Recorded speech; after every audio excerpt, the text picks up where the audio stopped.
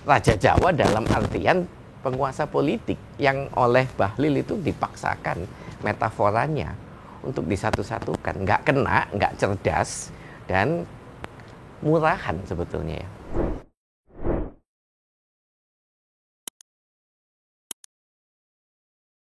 Tugas seorang Raja Jawa itu dia mendengarkan apa yang berasal dari atas dan dia memastikan bahwa yang di bawah itu terlindungi, terayomi oleh Raja.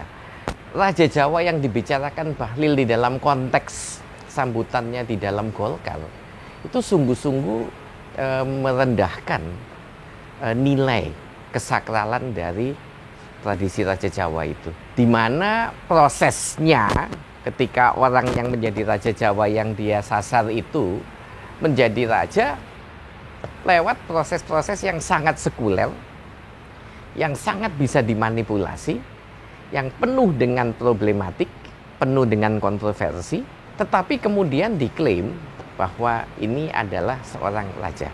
Sama sekali tidak ada dimensi supernaturalnya. Dengan kata lain, konsep yang sakral ini mengalami desakralisasi karena disekulerkan di dalam ranah politik, gitu ya. Jadi meninggalkan betul ranah mistisnya.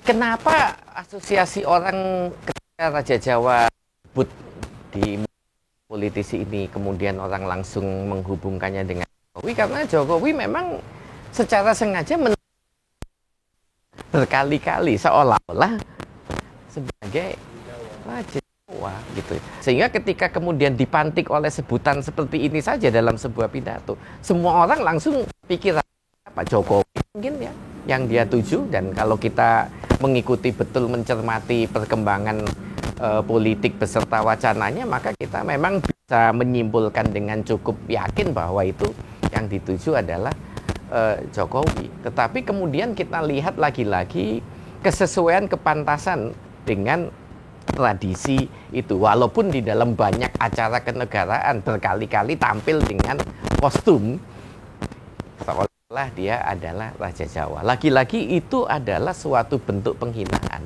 dan desakralisasi terhadap konsep yang luhur gitu ya, dari Raja Jawa itu. Tapi seorang Raja Jawa sejati, dia punya aura, dia punya kesaktian, dia punya pelindung dan pengayom yang memiliki kekuatan supernatural. Tidak akan menggunakan kekuasaannya untuk menakut-nakuti. Tidak diperlukan, karena orang melihat aura itu dan hormat dan patuh. Bukan karena diancam, bukan karena diintimidasi, bukan karena ditakut-takuti. Beda dengan Raja Jawa dalam artian penguasa politik yang oleh Bahlil itu dipaksakan metaforanya untuk disatu-satukan. Nggak kena, nggak cerdas, dan murahan sebetulnya ya.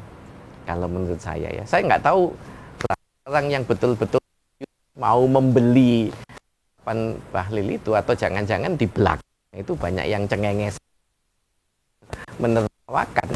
Tetapi kita melihat ya, bahkan itu tidak menarik dan memikat sama sekali bagi rakyat, bagi publik Indonesia. Ya, pidato itu bukan suatu pidato yang menginspirasi, bukan pidato yang visioner, bukan pidato yang mau menawarkan kemajuan dan perubahan yang positif, tetapi patuh kalau tidak, akibatnya tanggung sendiri. Raja Jawa itu diktator, iya. Mengapa? Karena kekuasaan raja itu tidak hanya di Jawa, di masa lalu di Perancis, di Inggris, di Jerman, yang mana raja itu absolut. Ya, kenapa absolut? Karena dia adalah dipercaya sebagai wakil Tuhan di dunia. Jadi suaranya raja itu adalah suaranya Tuhan. Ya, gitu. Tetapi itu tidak boleh dikenakan untuk seorang pimpinan negara sekuler yang bukan kerajaan. Konsep Raja Jawa juga yang khas itu adalah yang disebut oleh Benedict Anderson, itu Indonesianis yang legend, sebagai sesuatu yang sifatnya sentripetal. Jadi dia menyerap kekuasaan-kekuasaan yang lain yang ada di sekitarnya supaya terkumpul pada dirinya. Itu salah satu kunci sukses Raja Jawa.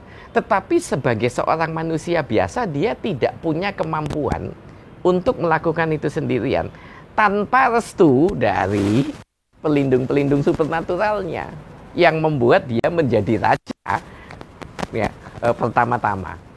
Tidak mungkin dilakukan sendiri. Kalau seorang raja kemudian melakukan itu dengan segala upayanya sendiri, pasti dia akan melakukannya dengan cara-cara yang manipulatif, yang korup dan penuh dengan nuansa nepotis.